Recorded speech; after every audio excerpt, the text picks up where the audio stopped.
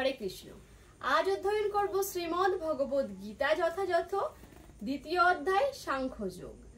ওম নমো ভগবতে বাসুদেবায়, ওম নমো ভগবতে বাসুদেবায়, ওম নমো ভগবতে বাসুদেবায়।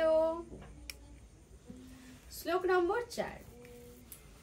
অর্জুন উবাচ কথং ভীষ্মমহং সংখ্যে দ্রোণং চ মধুসূদন ইষুভি প্রতিযোৎস্যামি পূজার্হ বৈ অরিসুদন। অনুবাদ।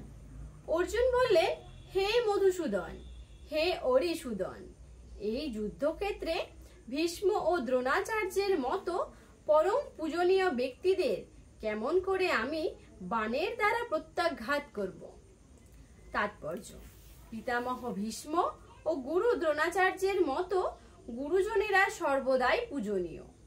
এমনকি যদি তারা আক্রমণও করে তবুও তাদের প্রত্যাঘাত করা উচিত নয়।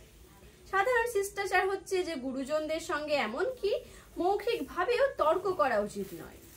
এমনকি তাদের আচরণ যদি কখনো রূঢ় হয় তবুও তাদের প্রতি রূঢ়ভাবে আচরণ করা উচিত নয়।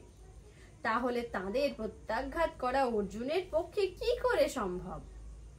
শ্রীকৃষ্ণ কি কখনো তার পিতামহ উগ্রসেন অথবা তার গুরুদেব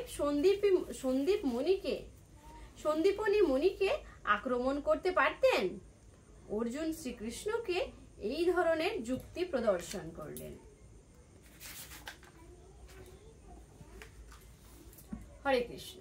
আজ এই পর্যন্তই। পরবর্তী শ্লোকের জন্য চোখ রাখুন কৃষ্ণপ্রিয়া ফেসবুক ও ইউটিউব পেজে।